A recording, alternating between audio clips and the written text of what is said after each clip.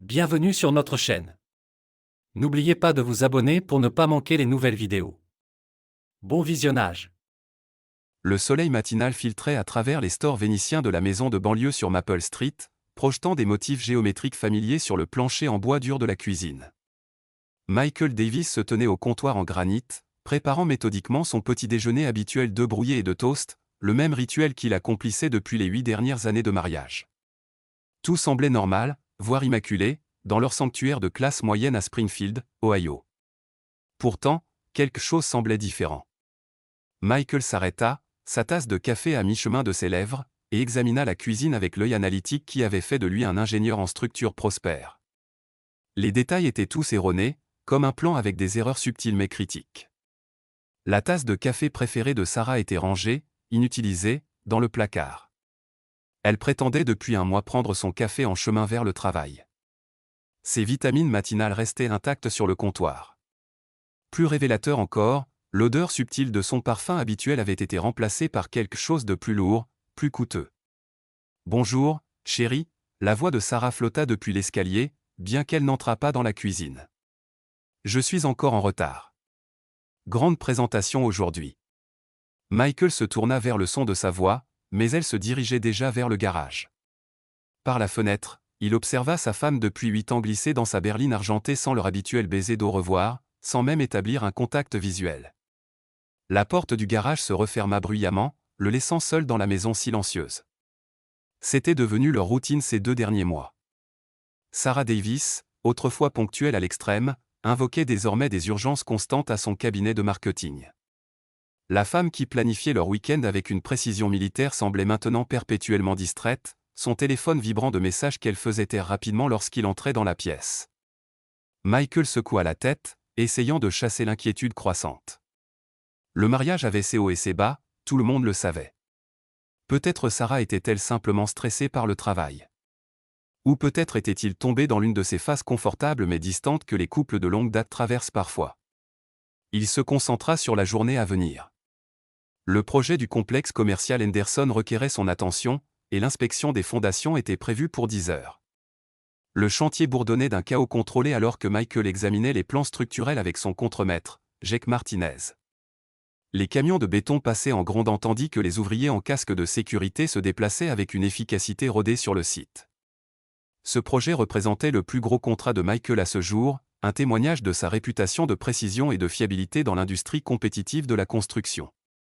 Les fondations semblent solides, patron, rapporta Jake, essuyant la sueur de son front avec le dos de son gant de travail. On devrait être prêt pour la prochaine phase d'ici vendredi. Michael hocha la tête, prenant des notes sur sa tablette. Bien. Assure-toi que l'inspecteur signe les secteurs 3 et 4 avant qu'on avance. Je ne veux aucun retard. Son téléphone vibra avec un message texte. Le nom de Sarah apparut à l'écran, encore du travail tard ce soir. Dîner avec un client. Ne m'attends pas. Le 5e dîner avec un client ce mois-ci. Michael fronça les sourcils, rangeant l'appareil. Depuis quand le poste de marketing de Sarah nécessitait-il autant de réseautage après les heures de bureau? En 8 ans de mariage, elle travaillait rarement après 18 heures. Tout va bien, demanda Jake, remarquant la distraction de Michael. Ouais, juste des trucs de famille, répondit Michael, forçant son attention à revenir sur les plans. Concentrons-nous sur le placement correct de cette poutre. Mais la concentration s'avéra difficile. Au fil de l'après-midi, Michael se surprit à rejouer dans sa tête les récentes conversations avec Sarah, cherchant des indices qu'il aurait pu manquer. La façon dont elle protégeait son téléphone. Le posant écran vers le bas pendant le dîner. Son intérêt soudain pour la salle de sport, prétendant avoir rejoint un nouveau cours de fitness 3 fois par semaine. Les vêtements coûteux apparus dans sa garde-robe, des articles bien au-delà de ce que son salaire aurait dû permettre. À 18 heures, Michael prit une décision. Au lieu de rentrer dans une maison vide, il se rendit à Murphy's Grill, un restaurant local où il retrouvait souvent son meilleur ami, Tommy Chen, pour une bière et une conversation. Tommy était déjà assis dans leur box habituelle, sirotant une bouteille de bière et parcourant son téléphone. En tant que photographe indépendant, Tommy avait un emploi du temps irrégulier qui le rendait disponible pour ses rencontres improvisées. Il leva les yeux lorsque Michael approcha, remarquant immédiatement la tension dans l'attitude de son ami. On dirait qu'on t'a volé ton casque de chantier préféré, observa Tommy, faisant signe à la serveuse pour une autre tournée. Michael s'effondra dans le box, reconnaissant pour l'environnement familier. Murphy S n'avait pas changé en 15 ans, les mêmes banquettes en vinyle rouge, les mêmes souvenirs sportifs couvrant les murs, la même anonymité confortable d'un lieu de rassemblement de quartier. C'est Sarah, dit Michael sans préambule. Quelque chose ne va pas, Tommy posa sa bière, accordant toute son attention à Michael. Ils étaient amis depuis l'université, et Tommy pouvait lire les humeurs de Michael mieux que quiconque. Pas bien, comment? Elle est différente, distante, toujours à travailler tard, toujours ailleurs. On ne parle presque plus, et quand on le fait, j'ai l'impression qu'elle est ailleurs. La serveuse apporta la bière de Michael, et il en prit une longue gorgée avant de continuer. Peut-être que je suis paranoïaque. Peut-être que c'est juste ce qui arrive après 8 ans de mariage.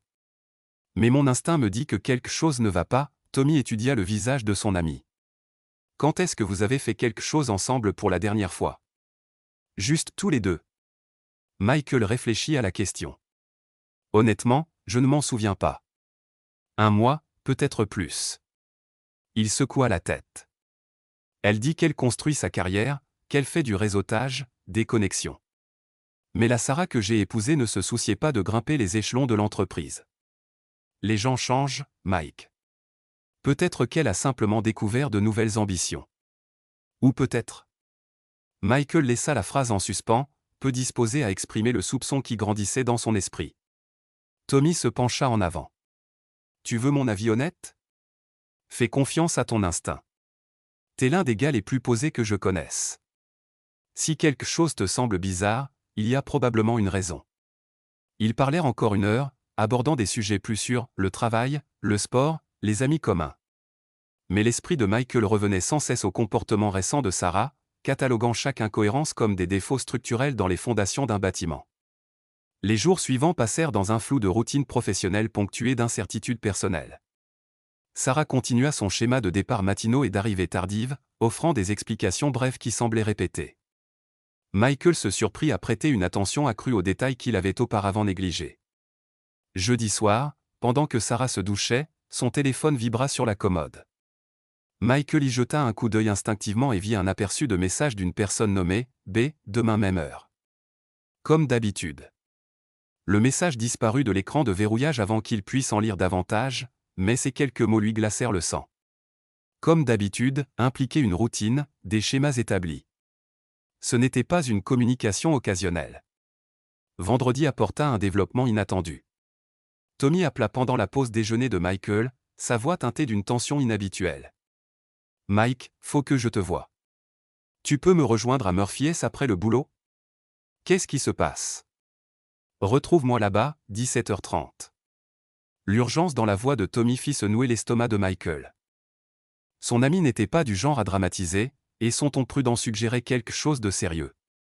À Murphy S, Tommy était assis dans leur box habituelle, mais au lieu de sa posture détendue habituelle, il était penché en avant sur son téléphone, les doigts tambourinant nerveusement sur la table. Son sac d'appareil photo était posé à côté de lui, inhabituel pour leur rencontre décontractée.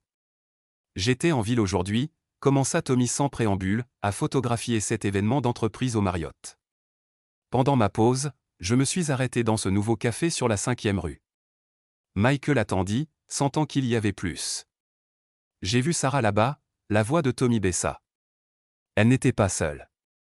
Les mots frappèrent Michael comme un coup physique. Avec qui était-elle? 3 gars.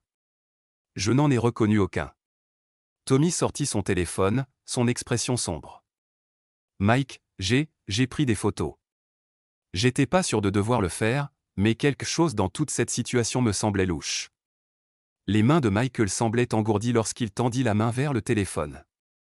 La première image montrait Sarah assise à une table d'angle, penchée près d'un homme musclé aux cheveux noirs. Même sur la photo immobile, leur langage corporel trahissait une intimité, sa main sur son bras, son visage tourné vers lui avec un intérêt évident. La deuxième photo montrait la même scène sous un angle différent, révélant 2 autres hommes à la table. L'un semblait plus jeune, avec des cheveux blonds et un sourire facile, tandis que le troisième était plus âgé, portant un costume coûteux. Tous 3 étaient concentrés sur Sarah avec une attention qui allait bien au-delà d'une amitié décontractée. La dernière photo captura Sarah riant à quelque chose que l'un d'eux avait dit, sa main touchant brièvement l'épaule de l'homme blond. Le geste était indéniablement flirtant. Michael fixa les images, son monde basculant sur son axe. La femme sur ces photos ressemblait peu à la personne distante et distraite qui partageait sa maison. Cette Sarah était animée, engagée, vivante d'une manière qu'elle n'avait pas été avec lui depuis des mois. Il y a plus, dit Tommy doucement. Je les ai suivis quand ils sont partis. Michael leva les yeux brusquement. Tu les as suivis? Ils sont allés au Riverside Bar. Je suis resté dehors un moment, juste à regarder par la fenêtre. Mike, la façon dont elle agissait avec ses gars. Tommy secoua la tête. Ce n'était pas une réunion d'affaires. Les preuves étaient indéniables.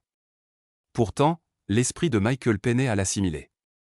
Sarah, sa Sarah, entretenait une sorte de relation avec non pas un homme, mais trois. Les implications étaient stupéfiantes.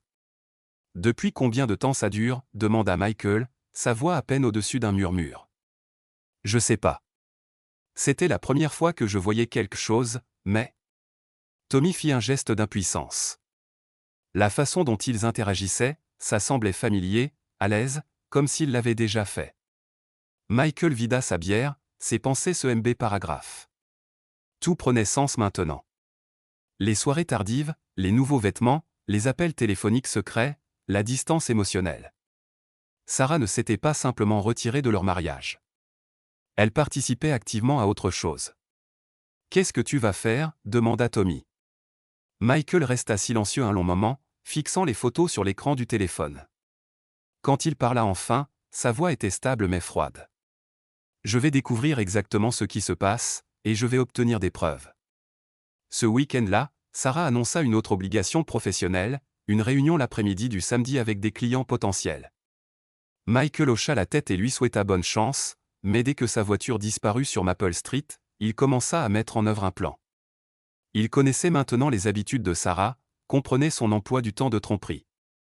Si Tommy avait raison sur le fait que c'était une routine établie, alors l'après-midi du samedi signifiait une autre rencontre avec ses trois compagnons. L'esprit d'ingénieur de Michael, formé à anticiper les défaillances structurelles avant qu'elles ne se produisent, passa en mode analytique. Il se rendit dans le centre-ville et se positionna là où il pouvait observer sans être vu. L'attente sembla interminable, mais sa patience fut récompensée lorsque la berline argentée de Sarah entra dans le parking du Riverside Bar à 14h30. Michael observa de loin alors que Sarah retrouvait les trois mêmes hommes des photos de Tommy. Le blond lui fit la bise en guise de salutation. L'homme musclé aux cheveux noirs passa son bras autour de sa taille alors qu'il se dirigeait vers l'entrée du bar. L'homme plus âgé en costume coûteux tint la porte ouverte avec la familiarité de quelqu'un qui l'avait fait de nombreuses fois.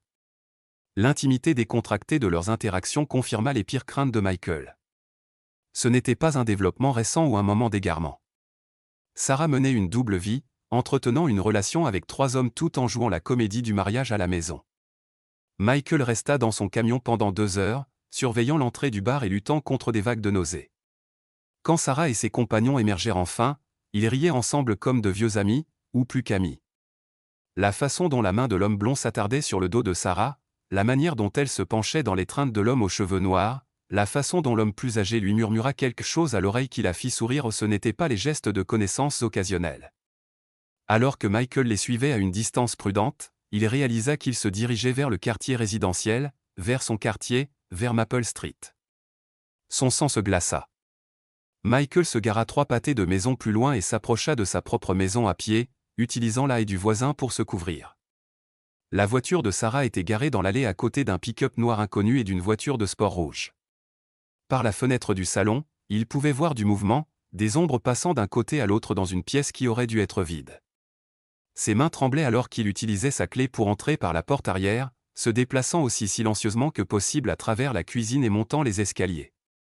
Les sons provenant de la chambre principale rendaient ses intentions claires, rires, conversations, grincements de meubles.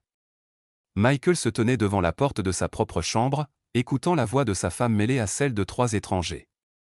La réalité de la situation s'abattit sur lui comme un bâtiment qui s'effondre. Ce n'était pas juste de l'adultère. C'était une trahison complète de tout ce qu'il avait cru sur sa vie, son mariage, son avenir. Il poussa la porte. La scène devant lui dépassait ses pires cauchemars. Sarah était assise au bord de leur lit matrimonial, encore partiellement vêtue mais clairement au milieu d'activités intimes avec les 3 hommes. Le blond le remarqua en premier, son visage se vidant de toute couleur.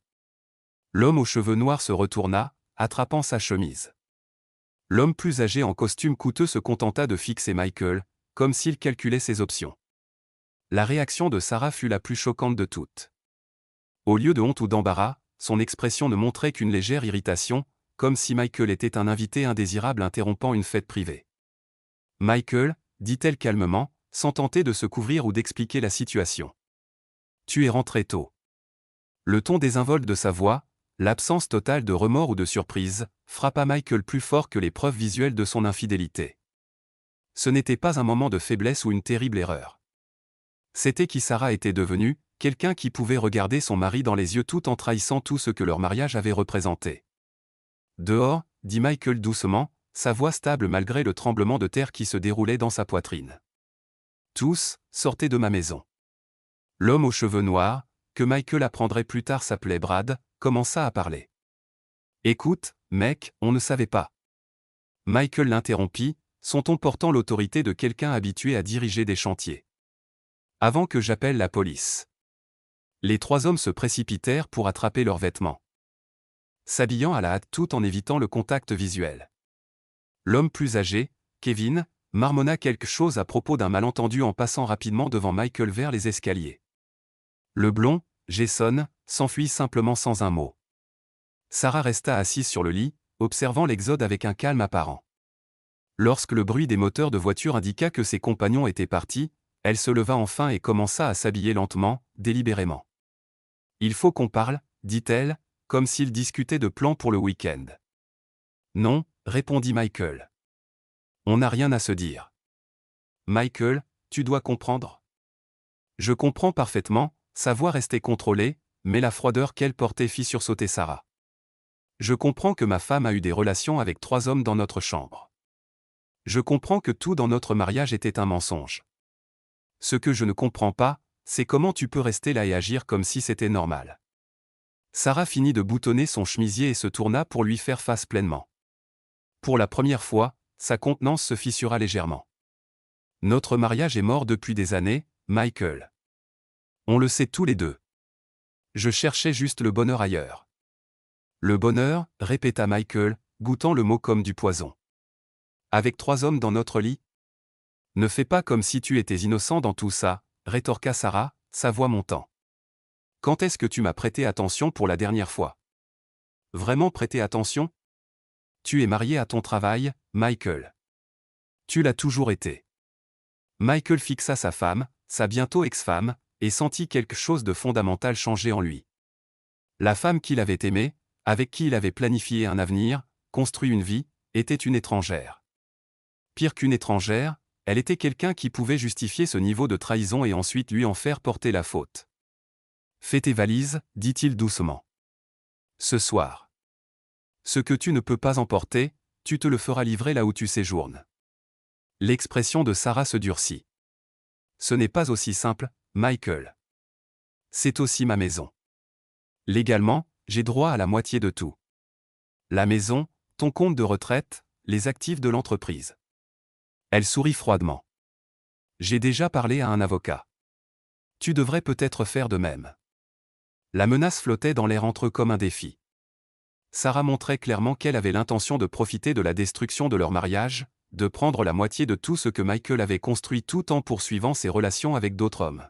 « On verra bien, » dit Michael, son esprit d'ingénieur calculant déjà les angles, évaluant les faiblesses structurelles de sa position. Sarah rassembla son sac et ses clés de voiture, s'arrêtant à la porte de la chambre. « Ne rends pas ça plus difficile qu'il ne faut, Michael. On peut gérer ça comme des adultes, ou on peut rendre ça moche. C'est ton choix. » Après son départ, Michael resta seul dans la chambre, à jamais contaminé par cet instant. Les draps devraient être brûlés, le matelas remplacé, voire toute la pièce purgée de toute trace de ce qui s'était passé ici. Mais d'abord, il avait des appels à faire, à Tommy, évidemment, pour le remercier de sa loyauté et discuter de ce qu'ils avaient vu, à un avocat pour comprendre ses options et protéger ses intérêts, à un serrurier pour changer toutes les serrures de la maison immédiatement. En sortant son téléphone, Michael réalisa que Sarah avait commis une erreur critique dans sa menace de départ. Elle supposait qu'il serait passif, qu'il accepterait ses conditions et diviserait leurs biens tranquillement pendant qu'elle continuerait son nouveau style de vie. Elle avait pris son choc pour de la faiblesse, sa réponse contrôlée pour de la reddition. Elle allait bientôt découvrir le contraire. Ce n'était pas seulement la fin d'un mariage. C'était le début d'une guerre. Et Michael Davis, qui avait construit sa carrière en créant des structures capables de résister à n'importe quelle contrainte, allait appliquer ces mêmes principes pour protéger tout ce qu'il avait travaillé à accomplir. La bataille pour sa vie ne faisait que commencer. 3 semaines après la confrontation dans sa chambre, Michael Davis était assis face à son avocate, Patricia Rice, dans son bureau au centre de Springfield. La table de conférence en acajou entre eux était couverte de documents juridiques, de photos et d'une tablette affichant les preuves vidéo recueillies par Tommy lors de sa surveillance. C'est à peu près aussi simple que les affaires de divorce peuvent l'être, dit Patricia, retirant ses lunettes de lecture et les posant de côté. Avec les preuves photographiques et le témoignage de votre ami les ayant surpris dans votre domicile conjugal, nous avons des motifs pour un divorce basé sur la faute. L'adultère est indéniable. Michael hocha la tête. Bien que le langage juridique clinique semblât inadéquat pour décrire la dévastation de découvrir la trahison de sa femme. Et concernant ses menaces sur les actifs ? Patricia sourit sombrement. Des postures vides. La loi de l'Ohio ne voit pas d'un bon œil les conjoints qui commettent un adultère, surtout quand c'est aussi flagrant et continu. Le tribunal tiendra compte de son comportement lors de la division des biens matrimoniaux. Vous garderez la maison. La majorité de vos comptes de retraite et vos actifs commerciaux vous appartiennent entièrement, car ils précèdent le mariage. Et sa revendication de pension alimentaire ?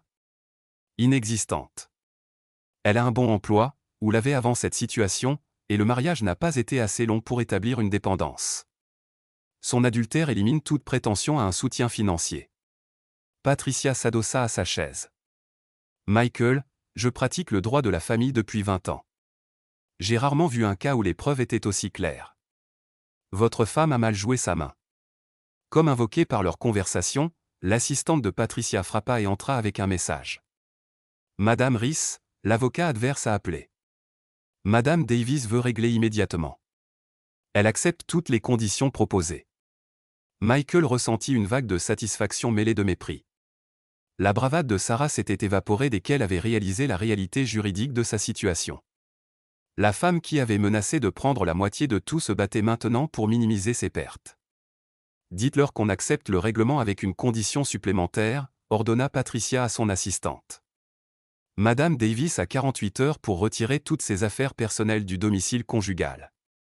Après cela, Monsieur Davis n'a aucune obligation de conserver ou de livrer les objets restants. Lorsqu'ils furent seuls à nouveau, Patricia étudia l'expression de Michael. Vous semblez plus calme que la plupart des gens dans votre situation. Comment gérez-vous cela émotionnellement ? Michael réfléchit à la question. Le choc initial et la dévastation s'étaient cristallisés en quelque chose de plus froid et plus concentré. Je suis en colère, admit-il, mais je canalise cette colère pour m'assurer que cela se termine correctement. Sarah a fait ses choix. Maintenant, elle doit vivre avec les conséquences. Et ses compagnons ? Des préoccupations à ce sujet ? Pas encore, dit Michael. Mais j'ai le sentiment que ce n'est pas fini. L'intuition de Michael se révéla correcte. Le divorce fut finalisé en 2 semaines, une rapidité qui reflétait à la fois la force de son dossier et le désespoir de Sarah à éviter une exposition juridique supplémentaire. Mais alors que l'encre de la signature de Sarah séchait sur les documents finaux, une guerre d'un autre genre commença. Cela démarra soudainement. Michael le remarqua d'abord lorsque Jake Martinez mentionna que plusieurs clients avaient appelé l'entreprise de construction avec des préoccupations concernant la situation personnelle de Michael. Les appelants prétendaient avoir entendu des rumeurs sur le caractère de Michael, suggérant qu'il pourrait ne pas être fiable pour les grands projets. Quel genre de rumeurs ? Demanda Michael, bien qu'il soupçonnât déjà la réponse. Jake sembla mal à l'aise. Des trucs fous, patron. Quelqu'un dit que vous avez été abusif envers votre femme, qu'elle est partie parce qu'elle avait peur de vous. Des conneries totales, évidemment. Mais certaines personnes y croient. Termina Michael. Le schéma devint plus clair au fil des jours suivants. Au magasin de quincaillerie où Michael faisait ses achats depuis 8 ans, le commis habituellement amical semblait distant et soupçonneux. Au restaurant où il prenait son petit déjeuner habituel, la serveuse qui discutait normalement des nouvelles locales le servit dans un silence glacial. Les appels de clients potentiels, qui avaient régulièrement augmenté grâce à sa réputation, se tarirent soudainement. Tommy appela avec des nouvelles plus troublantes. « J'étais à Aliès hier soir », rapporta Teil, faisant référence à un bar populaire du centre-ville. Ce blond, Jason, était là, tenant court avec un groupe de personnes. Il racontait une histoire larmoyante sur la façon dont vous l'avez menacé, lui et les autres, comment vous êtes instable et dangereux. Michael sentit sa mâchoire se crisper. Qu'est-ce qu'il disait exactement? Que vous êtes rentré chez vous et que vous êtes entré dans une rage folle, que vous avez proféré des menaces de mort, que vous détruiriez quiconque s'approcherait de Sarah. Il faisait croire qu'elle vous a quitté parce qu'elle était terrifiée, pas parce qu'elle a été prise en flagrant délit d'infidélité. Est-ce que quelqu'un l'a cru? Certains oui. Le gars est convaincant, Mike. Il raconte une bonne histoire, et il payait des verres à tout le monde. Les gens qui ne vous connaissent pas pourraient y croire. Michael remercia Tommy et raccrocha, son esprit s'emballant. Ce n'étaient pas des commérages aléatoires ou une réaction communautaire naturelle à un divorce. C'était orchestré. Sarah et ses 3 amants avaient coordonné une campagne pour détruire sa réputation et, par extension, son gagne-pain. Son téléphone vibra avec un texto d'un numéro inconnu, « J'ai vu ta femme à la salle de sport. Vraiment dommage ce qui est arrivé à ton mariage. On m'a dit que tu avais des problèmes de colère. Tu devrais peut-être chercher de l'aide avant que quelqu'un ne soit blessé. » Le message venait clairement de Brad, l'homme musclé aux cheveux noirs qui avait été dans la chambre de Michael. La menace implicite était évidente, « Fais-toi aider », ou ils intensifieraient cette campagne. Michael captura le message et le transmit à Patricia Harris. S'il voulait jouer à la guerre psychologique, il documenterait tout. La campagne s'intensifia au cours de la semaine suivante. Michael découvrit que Brad travaillait comme entraîneur personnel à Elite Fitness, l'une des salles de sport les plus populaires de Springfield. Grâce à sa position, il avait accès à des dizaines de clients, dont beaucoup étaient des propriétaires d'entreprises locales et des leaders communautaires. Brad utilisait ses relations professionnelles pour répandre des mensonges soigneusement élaborés sur le caractère de Michael. Kevin O'Connor, l'homme plus âgé en costume coûteux, se révéla être un directeur des ventes dans une concession automobile locale de premier plan. Son approche était plus sophistiquée que les commérages de Brad à la salle de sport. Kevin exploitait son réseau professionnel, mentionnant les problèmes de Michael lors de réunions avec des clients et d'événements de réseautage. Il se présentait comme un membre inquiet de la communauté qui voulait avertir les autres du comportement instable de Michael. Les tactiques de Jason Miller étaient les plus insidieuses. En tant que barman dans plusieurs établissements de Springfield, il avait un public captif chaque soir. Jason se spécialisait dans des conversations intimes chuchotées qui semblaient partager des informations confidentielles. Il se penchait sur le comptoir et racontait aux clients à voix basse sa rencontre effrayante avec l'ex-mari violent de Sarah. Pendant ce temps, Sarah jouait son rôle à travers leur cercle social commun. Elle se dépeignait comme une victime qui avait enfin échappé à un mariage émotionnellement abusif. Son histoire était magistralement conçue. Elle ne revendiquait jamais de violence physique, ce qui aurait pu être facilement démenti, mais dépeignait un tableau d'intimidation psychologique et de comportement contrôlant, plus difficile à vérifier ou à réfuter. La nature coordonnée de leur campagne devint évidente lorsque Michael remarqua que tous les 4 racontaient des variations de la même histoire. Ils avaient clairement planifié cela, probablement en alignant leurs récits et en divisant leur sphère d'influence. Les affaires de Michael commencèrent à souffrir. 2 grands projets furent mis en attente en attendant un examen supplémentaire. Sa compagnie d'assurance appela avec des questions sur son profil de risque.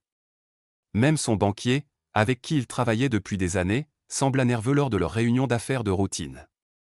Tommy rencontra Michael à Murphy's Grill, leur refuge habituel, et livra d'autres mauvaises nouvelles. Ça se répand au-delà de Springfield, rapporta Teil.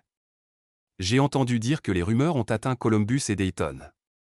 Quelqu'un met des efforts pour que ça se propage largement. Michael fixa sa bière intacte. Ils essaient de détruire toute ma carrière. Tout ce que j'ai construit en 15 ans. Qu'est-ce que tu vas faire? Pour la première fois depuis le début de ce cauchemar, Michael sourit. Ce n'était pas une expression agréable. Je vais dire la vérité. La contre-attaque de Michael commença un lundi matin avec un appel téléphonique à son plus gros client, Henderson Development Corporation. Il demanda une réunion avec le PDG, Robert Henderson, un homme avec qui il avait travaillé avec succès sur 3 grands projets. Bob, dit Michael, assis face à Henderson dans le bureau d'angle du dirigeant, j'ai besoin de 10 minutes de votre temps pour discuter de quelque chose d'important. Henderson, un homme d'affaires avisé dans la soixantaine, fit signe à Michael de continuer. J'ai entendu qu'il y a eu quelques difficultés personnelles, Michael. J'espère que tout va bien. C'est ce dont je veux parler. Michael sortit sa tablette et la posa sur le bureau de Henderson. Bob, vous me connaissez depuis 5 ans. Vous avez vu mon travail, mon professionnalisme, ma fiabilité. Je veux que vous voyiez la vérité sur ce qui se passe. Au cours des minutes suivantes, Michael montra à Henderson les photos prises par Tommy, les preuves vidéo des procédures de divorce et la chronologie des événements menant à sa découverte des liaisons de Sarah. Il parla calmement et factuellement, laissant les preuves parler d'elles-mêmes. Mon Dieu, murmura Henderson, étudiant les images. C'est ça qui se cache derrière toutes ces rumeurs. Mon ex-femme et ses 3 amants mènent une campagne coordonnée pour détruire ma réputation. Ils répandent des mensonges sur mon caractère parce qu'ils sont en colère contre l'issue du divorce. Michael montra à Henderson le texto menaçant de Brad. C'est du harcèlement, purement et simplement. Henderson s'adossa à sa chaise, assimilant l'information. Michael, je dois demander, est-ce qu'une partie de leur histoire est vraie? De la violence, des menaces? Aucune. Je leur ai dit de quitter ma maison et de ne jamais revenir. C'est l'étendue de mes interactions avec eux depuis le divorce. Vous pouvez vérifier cela avec mon avocate, avec la police. Aucun rapport n'a été déposé parce qu'aucune menace n'a été faite. Pourquoi me montrez-vous ça? Parce qu'ils essaient de détruire ma réputation professionnelle pour couvrir leurs propres actions. Je ne laisserai pas cela arriver. Michael soutint le regard de Henderson avec assurance. Vous avez le droit de connaître la vérité avant de prendre des décisions concernant notre relation de travail. Henderson hocha lentement la tête. J'apprécie votre honnêteté, Michael. Et pour ce que ça vaut, ces accusations ne m'ont jamais semblé cohérentes. Vous êtes l'une des personnes les plus professionnelles avec qui je travaille. Je vais avoir cette conversation avec tout le monde dans mon réseau professionnel. Je ne me cache pas de ça, et je ne laisserai pas les mensonges rester sans réponse. Bravo, Michael. Et ce projet à Columbus dont nous avons discuté? Considérez-le approuvé. Les contrats seront prêts d'ici vendredi. L'offensive de transparence de Michael se poursuivit tout au long de la semaine. Il rencontra chaque client important, chaque associé professionnel, chaque contact professionnel qui aurait pu entendre les rumeurs. Chaque conversation suivait le même schéma, il présentait les preuves. Expliquait la campagne de harcèlement, et laissait les gens tirer leurs propres conclusions. La réponse fut massivement favorable. La plupart des contacts professionnels de Michael trouvaient les rumeurs incohérentes avec leur expérience de son caractère. Lorsqu'on leur présentait la vérité, accompagnée de preuves photographiques, ils rejetaient non seulement les mensonges, mais devenaient activement solidaires de la position de Michael. La nouvelle de l'approche proactive de Michael se répandit rapidement dans la communauté des affaires de Springfield. Le jeudi, Michael recevait des appels de personnes qu'il n'avait pas contactées, offrant leur soutien et partageant leurs propres rencontres avec la campagne de rumeurs. Mike, c'est fou, dit Dave Robertson, propriétaire de Robertson Electrical, lors d'un de ses appels. Ce gars de la salle de sport, celui d'Elite Fitness, m'a abordé hier au déjeuner. Il essayait de me convaincre de ne pas travailler avec vous sur de futurs projets. Je lui ai dit où il pouvait mettre ses conseils. Des histoires similaires émergèrent tout au long de la semaine. Jason, le barman, avait outrepassé ses limites en partageant ses préoccupations sur Michael avec des personnes qui avaient travaillé avec lui pendant des années. Kevin O'Connor avait fait l'erreur d'avertir des clients potentiels qui étaient en réalité des partenaires de longue date de l'entreprise de construction de Michael. Le tournant survint vendredi matin lorsque Michael reçut un appel de Margaret Walsh, propriétaire d'Elite Fitness. « Monsieur Davis, je vous dois des excuses », commença-t-elle. Je viens de découvrir qu'un de mes entraîneurs a utilisé sa position ici pour répandre des rumeurs malveillantes à votre sujet. J'ai vu les preuves de votre situation de divorce et je suis consterné qu'un membre de mon personnel abuse des relations avec les clients de cette manière. Que comptez-vous faire à ce sujet? Demanda Michael. Brad Thompson n'est plus employé ici. Son comportement a violé notre code de conduite et a potentiellement exposé la salle de sport à des problèmes de responsabilité. Je vais également envoyer une lettre à nos membres expliquant que M. Thompson ne représentait pas Elite Fitness lorsqu'il a fait ses déclarations. Michael ressentit une vague de satisfaction. J'apprécie cela, Madame Walsh. Il y a plus. Plusieurs de nos membres qui sont propriétaires d'entreprises m'ont demandé de transmettre leurs coordonnées. Ils veulent discuter de projets potentiels avec vous. Apparemment, la manière dont vous avez géré cette situation a impressionné beaucoup de gens. L'après-midi du vendredi, le téléphone de Michael sonnait régulièrement avec de nouvelles demandes commerciales. L'attaque coordonnée avait spectaculairement échoué. Au lieu de détruire la réputation de Michael, Sarah et ses complices avaient involontairement mis en lumière son intégrité et son professionnalisme. Tommy apporta d'autres bonnes nouvelles lors de leur réunion du vendredi soir à Murphy S. Jason a été suspendu d'Alice, rapporta Teil avec une satisfaction évidente. Le gérant a entendu ce qu'il faisait et lui a dit d'arrêter ou de trouver un autre boulot. Apparemment, plusieurs clients se sont plaints qu'il imposait du drame à des gens qui voulaient juste boire tranquillement. Et Kevin ? On dit que sa concession lui a donné un avertissement formel. La politique de l'entreprise interdit d'utiliser les relations avec les clients pour des agendas personnels. Il est sur la corde raide. Michael leva sa bière dans un toast moqueur aux conséquences inattendues. Et Sarah ? Demanda Tommy. L'expression de Michael devint sérieuse. En fait, oui. Son ancien employeur a entendu parler de la situation à travers la communauté des affaires. Apparemment, avoir une employée impliquée dans ce genre de scandale public nuit à l'image de l'entreprise.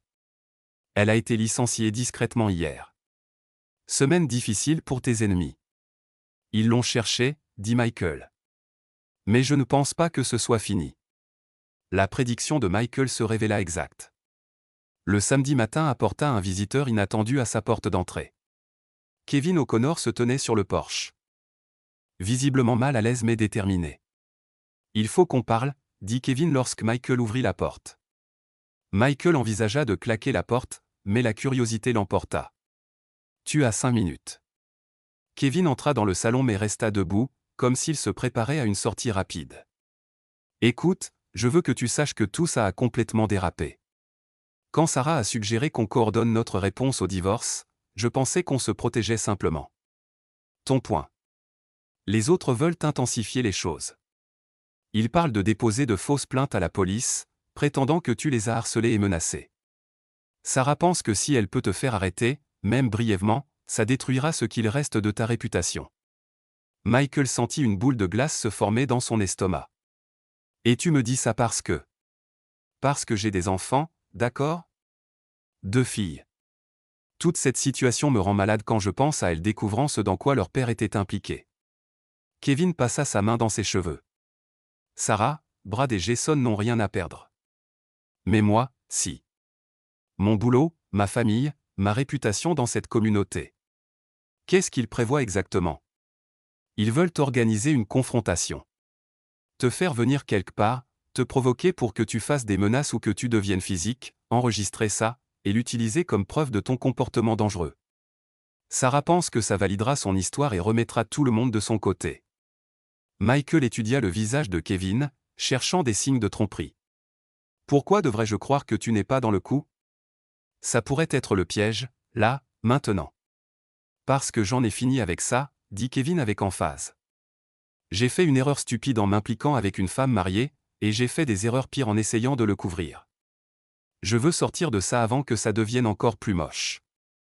Qu'est-ce qu'ils veulent de moi ? Sarah va t'appeler demain. Prétendre qu'elle a laissé des documents importants dans la maison. Elle te demandera de la retrouver quelque part en public pour les lui remettre. Quand tu arriveras, les 2 autres seront là, et ils essaieront de te provoquer pour que tu fasses quelque chose de stupide. Michael hocha lentement la tête. Et si je ne me présente pas ? Ils essaieront probablement autre chose. Peut-être se présenter à ton chantier ou chez toi. Ils sont désespérés, Michael. Sarah a perdu son boulot, Brad a été viré, Jason tient à peine à son travail. Ils pensent que s'ils peuvent renverser le récit en leur faveur, ils peuvent sauver quelque chose de ce désastre. Qu'est-ce que tu y gagnes, Kevin ? Pourquoi risquer de me prévenir ?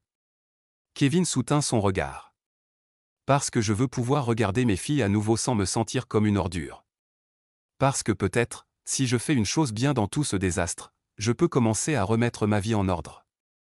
Après le départ de Kevin, Michael s'assit dans son salon, assimilant ces nouvelles informations. La guerre qu'il pensait en train de s'essouffler entrait dans sa phase la plus dangereuse. Sarah et ses alliés restants planifiaient un dernier coup désespéré pour le détruire. Mais contrairement à la campagne précédente, cette fois, Michael serait prêt. Il prit son téléphone et appela Patricia Harris. Il était temps de discuter de stratégie juridique préventive et de documentation des preuves. Si Sarah voulait escalader cela dans le domaine criminel, elle découvrirait que Michael Davis était toujours plusieurs étapes en avance sur les défaillances structurelles. Le second front de cette guerre allait s'ouvrir, mais Michael ne se sentait plus comme une victime se défendant. Il se sentait comme un ingénieur ayant identifié une faiblesse critique dans les fondations de son adversaire, et il savait exactement comment l'exploiter. Le dimanche matin arriva avec la clarté nette de l'automne tardif à Springfield, Ohio. Michael Davis se tenait dans sa cuisine, préparant méthodiquement son café tout en examinant les images des caméras de sécurité de la veille sur sa tablette. Les caméras, installées professionnellement 3 jours plus tôt, couvraient tous les angles de sa propriété. L'avertissement de Kevin O'Connor avait été précieux, mais l'esprit d'ingénieur de Michael exigeait une préparation minutieuse pour ce qui allait venir. Son téléphone vibra à exactement 9h30. Le nom de Sarah apparut à l'écran, et Michael le laissa sonner 2 fois avant de répondre, activant l'application d'enregistrement d'appel recommandée par Patricia Harris. Michael, la voix de Sarah portait un ton soigneusement modulé de détresse. « Je suis désolé de te déranger, mais j'ai un problème. J'ai laissé des documents financiers importants dans la maison quand j'ai déménagé. Des dossiers fiscaux, des relevés d'investissement, des choses dont j'ai besoin pour mon comptable. Ça aurait dû être inclus avec tes affaires personnelles, répondit Michael calmement, sachant très bien que Sarah avait été minutieuse en emportant tout ce qui avait de la valeur dans la maison. Je sais. J'étais tellement bouleversé pendant le déménagement que je les ai manqués. Ils sont dans ce dossier qu'on gardait dans le placard de la chambre, sur l'étagère du haut. S'il te plaît, Michael, j'en ai vraiment besoin. Michael pouvait entendre la détresse feinte dans sa voix. C'était exactement le scénario prédit par Kevin. Où sont ces documents maintenant? Je pense qu'ils sont encore là. Pourrais-tu me retrouver quelque part pour me les remettre? Je ne me sens pas à l'aise de revenir à la maison seul. Bien sûr que non, pensa Michael. À voix haute, il dit, où avais-tu en tête? Il y a ce café sur la 5e rue, Java Junction. Pourrais-tu m'y retrouver à midi? C'est public, sûr, pratique pour nous deux. Michael jeta un coup d'œil à sa montre, 9h32. Il lui donnait 2h30 pour ruminer la rencontre, espérant probablement qu'il se mettrait dans un état émotionnel. Je vais vérifier le placard et voir s'il y a quelque chose. Si je trouve des documents, je les apporterai. Merci, Michael. J'apprécie vraiment. Je sais que les choses se sont mal terminées entre nous, mais on peut encore être civil pour les affaires pratiques. Après avoir raccroché, Michael appela immédiatement Patricia Harris, malgré leur matinale du dimanche. Ils ont mordu à l'hameçon, rapporta Teil. Sarah veut me retrouver à Java Junction à midi, prétendant qu'elle a laissé des documents dans la maison. Es-tu sûr de vouloir aller jusqu'au bout? Demanda Patricia. On pourrait simplement ignorer la réunion et voir ce qu'ils font ensuite. Non. Si je ne me présente pas, ils essaieront autre chose. Probablement plus désespéré. Mieux vaut contrôler la situation et mettre fin à cela de manière définitive. La voix de Michael portait la confiance de quelqu'un qui avait minutieusement analysé toutes les variables. Tout est arrangé de ton côté? David Morse sera là avec son équipement, positionné pour tout enregistrer. Il sera dans le café avec mon parajuriste, assez prêt pour intervenir si nécessaire. Et Michael, souviens-toi, peu importe ce qu'ils disent ou font, reste calme. Ils ont besoin que tu perdes le contrôle pour que ça fonctionne. Compris. Après l'appel, Michael se rendit dans le placard de la chambre et récupéra un dossier manie contenant d'anciennes factures de services publics et des polices d'assurance expirées ou des documents qui semblaient officiels mais ne contenaient rien de valeur. Si Sarah voulait jouer à des jeux avec des documents oubliés, il lui donnerait exactement ce qu'elle demandait. À 11h45, Michael arriva à Java Junction, un café branché dans le quartier du centre-ville de Springfield. L'établissement bourdonnait de l'activité typique du dimanche, des familles prenant leur brunch, des étudiants travaillant sur leurs ordinateurs portables, des couples partageant des conversations tranquilles. C'était exactement le type de lieu public que Sarah choisirait pour minimiser le risque que des témoins soutiennent la version des événements de Michael. Patricia Rhys était assise à une table d'angle avec son parajuriste, toutes deux habillées de manière décontractée et semblant engagées dans leur propre conversation. À une table près de la fenêtre. David Morse, un enquêteur privé avec qui Patricia travaillait depuis des années, était assis seul avec un journal, son équipement d'enregistrement sophistiqué dissimulé dans une mallette à ses pieds. Michael commanda un café et s'installa à une table centrale d'où il pouvait observer toute la salle. Il plaça le dossier manille bien en évidence sur la table et s'installa pour attendre. Sarah arriva à midi pile, mais elle n'était pas seule. Michael ressentit une satisfaction froide alors qu'il reconnaissait le schéma se déroulant exactement comme Kevin l'avait averti. Brad Thompson entra en premier, portant des vêtements de sport et un sac de gym, essayant de ressembler à un client ordinaire. Jason Miller suivit 2 minutes plus tard, commandant une boisson au café élaboré et prenant une table près de la sortie arrière. Sarah s'approcha de la table de Michael avec un sourire digne d'une performance. « Michael, merci beaucoup de faire ça. J'espère que ce n'était pas trop de dérangement. » « Aucun dérangement, » répondit Michael, désignant le dossier. « J'ai trouvé des documents dans le placard. Tu peux les parcourir et prendre ce qui t'appartient. » Sarah ouvrit le dossier et commença à feuilleter les papiers, son expression passant progressivement du soulagement à la confusion, puis à une irritation à peine contenue. Ce ne sont que de vieilles factures et des polices expirées. Où sont les relevés d'investissement, les dossiers fiscaux? Ce sont les seuls documents qui étaient dans le placard, là où tu disais qu'ils seraient, répondit Michael, sa voix restant parfaitement neutre. Si tu cherches quelque chose de spécifique, peut-être devrais-tu être plus précise sur ce qui manque. Ne joue pas avec moi, Michael, le vernis soigneusement construit de Sarah commença à se fissurer. Je sais que tu caches mes documents délibérément. Je ne cache rien, Sarah. J'ai apporté tout ce que j'ai trouvé à l'endroit que tu as indiqué. Brad, qui écoutait depuis sa table à proximité, se leva et s'approcha d'eux.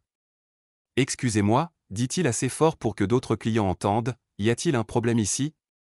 Michael leva les yeux vers Brad avec une surprise feinte. Je suis désolé, est-ce qu'on se connaît? Je suis un ami de Sarah. Je n'ai pas pu m'empêcher de remarquer qu'elle semble bouleversée. La posture de Brad était délibérément intimidante, son physique musclé positionné pour dominer Michael assis. Il n'y a aucun problème, dit Michael calmement. Sarah m'a demandé d'apporter des documents, et je l'ai fait.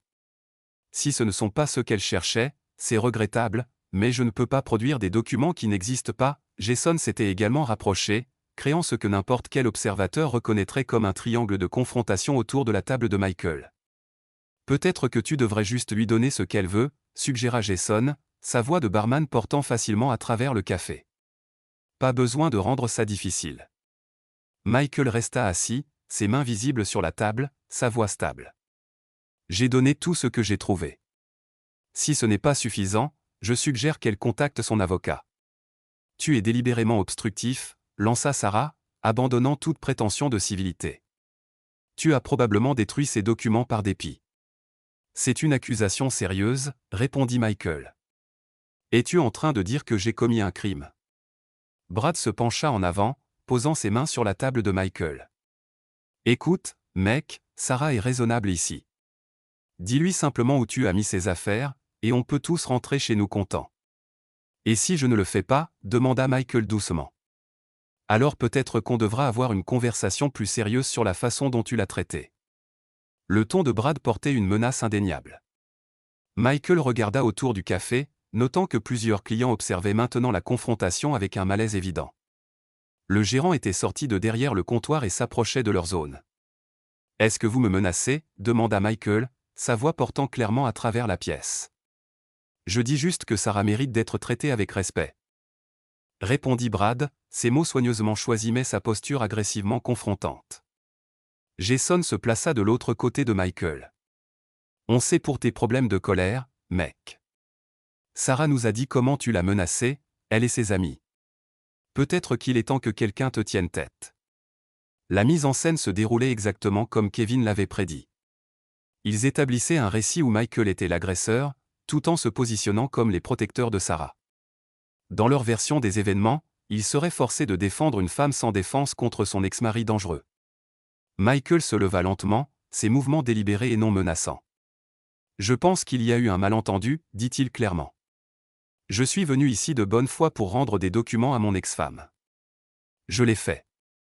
Maintenant, je vais partir. Pas si vite, dit Brad, bloquant le chemin de Michael vers la sortie. On n'a pas fini de parler. En fait, si. La nouvelle voix venait de Patricia Harris, qui s'était approchée de leur zone avec une autorité professionnelle. Monsieur Davis, je pense qu'il est temps de partir. Les yeux de Sarah s'élargirent en reconnaissant Patricia. Qu'est-ce qu'elle fait ici? Je suis l'avocate de Monsieur Davis, répondit Patricia calmement. Et j'observe ce qui semble être une tentative d'intimidation de mon client. Personne n'intimide personne, protesta Jason. On discute, c'est tout. Une conversation où 3 personnes entourent une personne, bloquent sa sortie et font des menaces à propos de conversations sérieuses, répondit Patricia, sortant son téléphone. Ça ressemble à du harcèlement pour moi. David Morse s'était également rapproché, son équipement d'enregistrement capturant chaque mot et geste. Brad remarqua l'appareil et son expression passa de confiante à nerveuse. « Et, vous ne pouvez pas nous enregistrer sans permission » objecta Brad. « En fait, je peux » répondit David. L'Ohio est un État à consentement d'une seule partie pour l'enregistrement, et c'est un lieu public. Tout ce que vous avez dit et fait ici a été documenté. La couleur se vida du visage de Sarah alors qu'elle réalisait le piège dans lequel ils étaient tombés. « C'est un coup monté » murmura-t-elle. « Non » dit Michael doucement. « C'est de la documentation. Tu m'as demandé de te retrouver ici, souviens-toi. Tu as dit que tu avais besoin de documents. J'ai apporté des documents. Tout le reste a été ton choix. » Patricia s'avança, son attitude professionnelle rayonnant d'autorité. « Mademoiselle Davis, Monsieur Thompson, Monsieur Miller, je vous conseille vivement de partir immédiatement avant que cette situation n'escalade davantage. » « On a tous les droits d'être ici, » protesta Sarah, mais sa voix manquait de conviction. « Vous avez le droit d'être ici, » acquiesça Patricia. « Vous n'avez pas le droit de harceler, menacer ou intimider d'autres clients. La direction vous a déjà demandé de baisser la voix et de vous éloigner de la table de Monsieur Davis. » Michael était resté silencieux pendant cet échange, mais maintenant il parla directement à Sarah. « Y a-t-il autre chose dont tu as besoin de ma part? D'autres documents que tu cherches? Une autre raison pour qu'on se rencontre? » La question était simple, mais ses implications étaient claires. C'était la dernière chance de Sarah de mettre fin à cela pacifiquement, de s'éloigner et d'accepter que leur guerre était terminée. Elle pouvait prétendre qu'elle avait les mauvais documents, le remercier pour son temps et partir avec la dignité qui lui restait. Au lieu de cela, Sarah fit le choix qui scella son destin. « Je sais que tu me caches des choses » grognatait-elle. « Des documents importants, des actifs, des comptes bancaires. Tu penses que t'es si malin, mais je les trouverai, et quand je le ferai, je te ramènerai devant le tribunal et j'obtiendrai tout ce que tu me dois. » Les mots restèrent suspendus dans l'air comme une accusation. Sarah venait d'admettre devant de multiples témoins et un équipement d'enregistrement qu'elle cherchait des actifs au-delà de ce que le divorce lui avait légalement accordé. Plus grave encore, elle avait sous-entendu que Michael cachait des actifs. Une accusation sérieuse qui pourrait constituer de la diffamation si prouvée fausse. Michael regarda Patricia, qui hocha légèrement la tête. « Sarah, » dit Michael doucement, « je pense que tu devrais savoir que Kevin O'Connor m'a parlé de votre plan. » L'effet fut instantané et dévastateur. Le visage de Sarah devint blanc. Brad recula comme s'il avait été physiquement frappé, et Jason chercha désespérément une sortie. « Quel plan » demanda Sarah faiblement, mais sa voix trahissait sa connaissance. « Le plan pour me provoquer à faire des menaces ou à devenir violent pour que vous puissiez l'enregistrer et l'utiliser comme preuve de mon comportement dangereux. Le plan pour déposer de fausses plaintes à la police prétendant que je vous ai harcelé et menacé. Le plan pour organiser une confrontation qui validerait votre réputation et détruirait la mienne. » Patricia prit le relais avec aisance. « Nous savons pour la coordination entre vous 4. Nous avons des enregistrements de vos réunions, de vos sessions de stratégie partagée, de votre répartition des tâches pour répandre de fausses informations sur Monsieur Davis dans toute la communauté. » David Morse ouvrit sa mallette et en sortit un dossier épais. « Nous avons également des documents sur vos tentatives de contacter les clients de Monsieur Davis avec de fausses informations, votre coordination de déclarations diffamatoires dans plusieurs lieux, et votre planification de la confrontation d'aujourd'hui. » Brad retrouva sa voix en premier. « C'est insensé. On n'a rien planifié. On est juste venu ici pour soutenir Sarah. Vraiment? Patricia sourit froidement. Alors peut-être pouvez-vous expliquer ces messages textes. Elle brandit des captures d'écran imprimées. 15 septembre, de Sarah à Kevin, il faut qu'on coordonne nos histoires sur les menaces de Michael. 18 septembre, de Kevin à Jason, assure-toi que tout le monde connaît la même version de ce qui s'est passé. 22 septembre, de Brad à Sarah, les membres de la salle de sport croient l'histoire de l'ex-mari en colère. Michael observa ses adversaires réaliser l'ampleur de leur exposition. La trahison de Kevin n'avait pas seulement averti Michael du plan d'aujourd'hui. Il avait fourni des preuves de toute leur campagne. Il y a plus, ajouta David. Des dossiers financiers montrant des paiements entre les conspirateurs, des déclarations de témoins de personnes que vous avez approchées avec de fausses informations, des vidéos de surveillance de plusieurs établissements où vous avez répandu des déclarations diffamatoires. Sarah tremblait maintenant, son monde soigneusement construit s'effondrant autour d'elle. Kevin a promis qu'il ne. Monsieur O'Connor s'est présenté volontairement, expliqua Patricia. Il a réalisé que conspirer pour déposer de fausses plaintes à la police constitue une fraude criminelle. Il a choisi de coopérer plutôt que de faire face à des accusations potentielles. Le café s'était tu autour d'eux, les autres clients sentant la gravité de la confrontation. Le gérant s'approcha nerveusement. « Excusez-moi, mais je vais devoir vous demander à tous de partir. Cela perturbe nos autres clients. » « Bien sûr, » répondit Patricia professionnellement. « Nous avons fini ici de toute façon. » Elle se tourna vers Sarah et ses compagnons. « Vous avez 24 heures pour cesser tout contact avec Monsieur Davis. Toute autre tentative de harcèlement, de diffamation ou d'intimidation entraînera des accusations criminelles immédiates et des poursuites civiles. » « Vous ne pouvez rien prouver, » dit Jason désespérément. « En fait, nous pouvons tout prouver, » répondit David, tapotant son dossier. La question est de savoir si vous voulez faire face à des accusations criminelles ou simplement disparaître discrètement de la vie de Monsieur Davis. Sarah chercha désespérément du soutien auprès de Brad et Jason, mais les deux hommes s'éloignaient déjà d'elle. La solidarité de leur conspiration s'était évaporée dès qu'ils avaient réalisé les conséquences juridiques de leurs actions. « Ce n'est pas fini, » murmura Sarah. Mais même elle semblait savoir que c'était une menace vide. « Si, ça l'est, » dit Michael fermement. Ça l'est depuis le moment où tu as décidé de tromper notre mariage. Tout ce qui s'est passé depuis n'est que ton refus d'accepter les conséquences de tes choix.